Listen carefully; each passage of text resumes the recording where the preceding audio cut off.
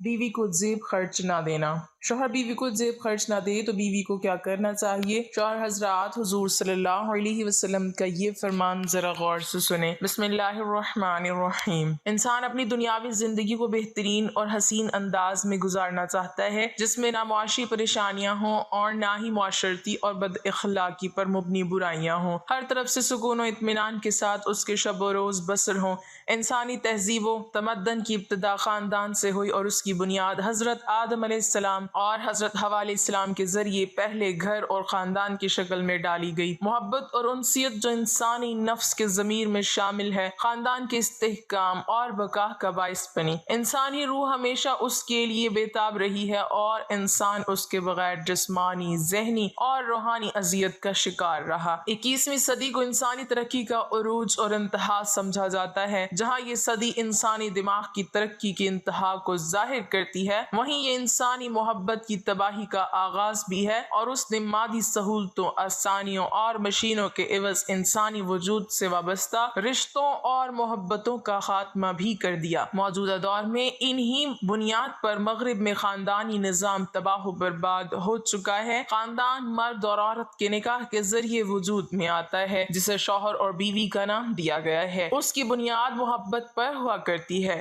اسلام زوجین کے درمیان محبت و شفقت، احترام و ہمدردی اور ایثار و اعتماد کا رشتہ قائم کرتا ہے۔ اسی لیے اس نے شوہر اور بیوی کو ایک دوسرے کا حریف نہیں بلکہ معاون و مددگار قرار دیا ہے اور اس سے لباس سے تعبیر کیا۔ اللہ تعالیٰ کا ارشاد ہے، وہ تمہارے لیے لباس ہیں اور تم ان کے لیے۔ مزید یہ کہ اللہ تعالیٰ نے دونوں کو ایک دوسرے کے لیے باعث سکون بنایا۔ ارشاد باری تعالیٰ ہے، اور اس کی نشانیوں میں سے یہ بھی ہے کہ اس نے تمہارے لیے تمہاری جنس سے بیویاں پیدا کی تاکہ تم ان کے پاس سکون حاصل کرو، اور تمہارے درمیان محبت اور رحمت پیدا کر دی۔ اسلام نے میاں بیوی کی سرگرمیوں کے دائرے متعین کر دیے ہیں کہ دونوں میں سے ہر ایک کا مخصوص کردار اور دائرہ عمل ہے جس میں اس نے رہ کر کام کرنا ہے، اور ہر ایک سے اسی کے تعلق سے سوال کیا جائے گا۔ نبی کریم صلی اللہ علیہ وسلم کا ارشاد گرامی ہے، تم میں سے ہر شخص ذمہ دار ہے اور ہر شخص سے اس کے متعلقین اور ماتحت لوگوں کے بارے میں سوال کیا جائے گا۔ حاکم اپنی رعیت کے حوالے سے ذمہ دار ہے،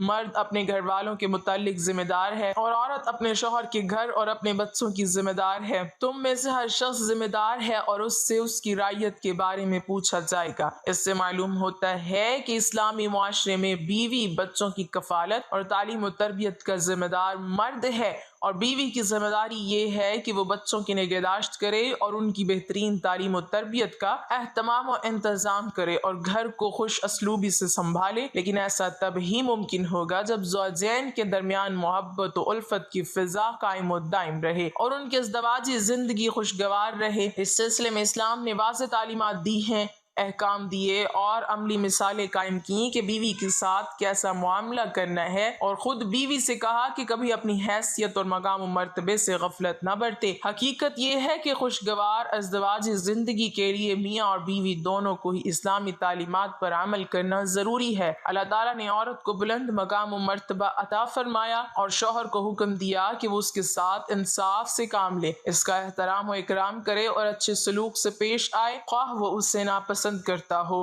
اللہ تعالیٰ کا فرمان ہے، اور ان کے ساتھ بھلے طریقے سے زندگی بسر کرو۔ اگر وہ ناپسند ہو سکتا ہے کہ ایک چیز تمہیں پسند نہ ہو، مگر اللہ تعالیٰ نے اسی میں بہت کچھ بھلائی رکھ دی ہو۔ نبی کریم صلی اللہ علیہ وسلم نے بھی عورت کے بارے میں خیر کی وصیت کی ہے۔ مختلف احادیث اس طرف بحسن و خوبی اشارہ کرتی ہیں۔ عورت کے ساتھ اچھا سلوک کرو۔ عورت پسلی سے پیدا کی گئی ہے اور پسلیوں میں سب سے زیادہ ٹیڑھا حصہ اوپر کا ہے۔ اگر اسے سیدھا کرو گے تو ٹوٹ جائے گی اور اگر چھوڑے رہو گے تو ٹیڑھی ہی رہے گی، بس عورتوں کے ساتھ اچھا سلوک کرو۔ اس حدیث سے معلوم ہوتا ہے کہ عورت شوہر کی خواہش و مرضی کے مطابق ہمیشہ ایک حال پر قائم نہیں رہ سکتی، اس لیے شوہر کو یہ سمجھنا چاہیے کہ یہ اس کی فطرت، عادت اور مزاج میں سے ہے، اس لیے وہ اس پر اپنی مرضی کے مطابق زیادہ سختی نہ کرے، بلکہ اس کے نفسانی مزاج کا خیال رکھتے ہوئے اس کی لغزشوں، کوتاہیوں اور غلطیوں سے درگزر اور چشم پوشی سے کام لے۔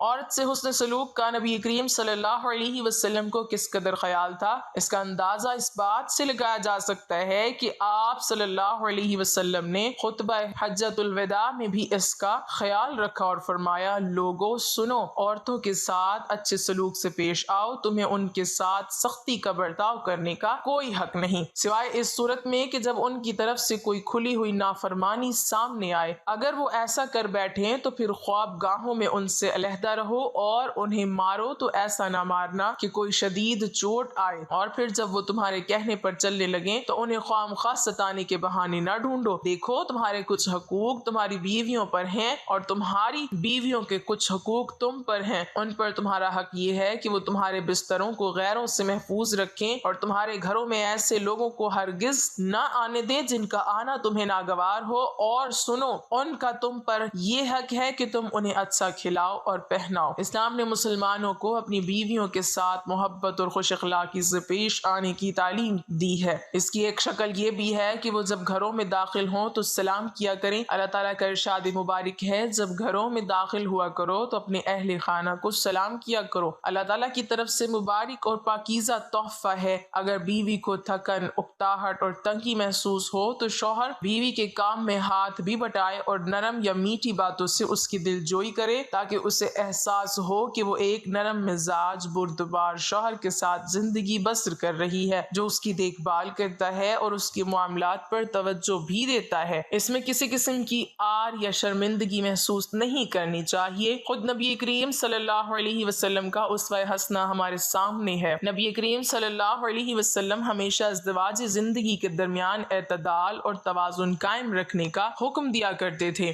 اس حوالے سے پیارے نبی صلی اللہ علیہ وسلم کی حیات طیبہ ہمارے لیے مشعل راہ ہے۔ عقل مند شوہر جب بیوی میں کوئی کمی، نقص اور خامی پاتا ہے تو وہ اس کی اصلاح احسن طریقے سے کرتا ہے، اس کے لیے وہ لطیف، خوشگوار اور کامیاب راستہ اختیار کرتا ہے، اور وہ سب کے سامنے لعنت، ملامت، طنز اور سرزنش نہیں کرتا، کیونکہ عورت کو سب سے زیادہ تکلیف اسی صورت میں پہنچتی ہے جب اسے سب کے سامنے لعنت ملامت کی جائے۔ ازدواجی زندگی میں ایک دوسرے پر اعتماد کرنا بہت ضروری ہے۔ ضرورت سے زیادہ حساس اور شکی مزاج ہونے سے آپس میں نا اتفاقی اور لڑائی ہوتی ہے اور فاصلے بڑھ جاتے ہیں، جس سے غلط فہمیاں پیدا ہوتی ہیں۔ اختلافات ازدواجی زندگی کا حصہ ہیں۔ ایسے وقت میں قرآن و حدیث کی تعلیم یہ ہے کہ اختلافات کو دور کیا جائے اور اس میں نرمی کے ساتھ افہام و تفہیم سے کام لیا جائے۔ اگر اس سے بھی بات نہ بنے تو دونوں خاندان کے ایک ایک مخلص فرد کو ساتھ بٹھا کر مسئلے کو حل کیا جائے۔ اگر اخلاص و محبت سے کوشش کی جائے تو اللہ تعالیٰ سے امید ہے کہ اختلافات ختم ہو جائیں گے۔ قرآن کہتا ہے، اور اگر کہیں تمہیں میاں بیوی کے تعلقات بگڑ جانے کا خطرہ ہو تو ایک منصف مرد کے خاندان میں سے اور ایک منصف عورت کے خاندان میں سے مقرر کرو۔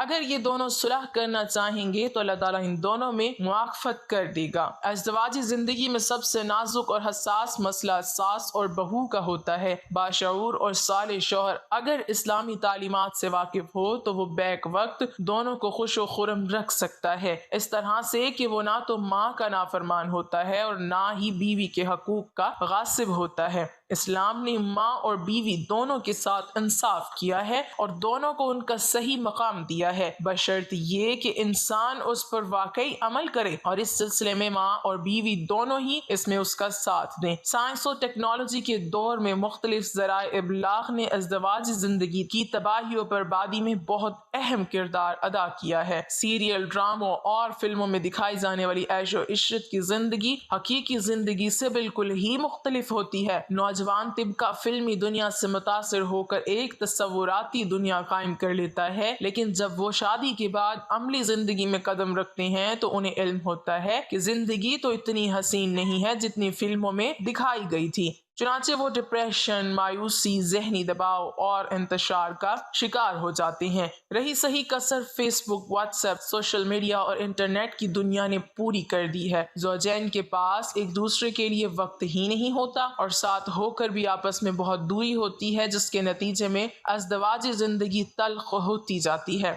اسلام نے جہاں شوہر سے مطالبہ کیا کہ وہ اپنی بیوی کے ساتھ حسن سلوک کرے، وہیں بیوی کو بھی حکم دیا کہ وہ عدل و انصاف اور جائز حدود میں رہتے ہوئے اپنے شوہر کی اطاعت کرے۔ رسول اللہ صلی اللہ علیہ وسلم کا ارشاد ہے، اگر میں کسی کو حکم دیتا کہ وہ کسی دوسرے انسان کو سجدہ کرے تو میں بیوی کو حکم دیتا کہ وہ اپنے شوہر کو سجدہ کرے۔ اتنا ہی نہیں بلکہ عورت کے لیے شوہر کی خوشنودی کو جنت میں داخلے کا ذریعہ بنایا ہے۔ ارشاد نبوی ہے، جس عورت نے اس حالت میں انتقال کیا کہ اس کا شوہر اس سے راضی اور خوش تھا تو وہ جنت میں داخل ہوگی۔ رسول اللہ صلی اللہ علیہ وسلم نے ایسی بیوی کے لیے وعید سنائی جو اپنے شوہر کی نافرمانی کرے اور اس سے الگ رہے۔ حدیث نبوی ہے، جب عورت اپنے شوہر سے ناراض ہو کر اس کے بستر سے الگ رات گزارے تو فرشتے صبح تک اس پر لعنت بھیجتے ہیں۔ موجودہ دور میں زوجین انتشار، اضطراب، قلق و بے چینی کا شکار ہیں۔ ان کا یہی سبب ہے کہ انہوں نے ان اسلامی تعلیمات کو چھوڑ دیا ہے یا انہیں اپنی مرضی کے مطابق کر لیا ہے، جبکہ واقعہ یہ ہے کہ درج بالا قدریں بیش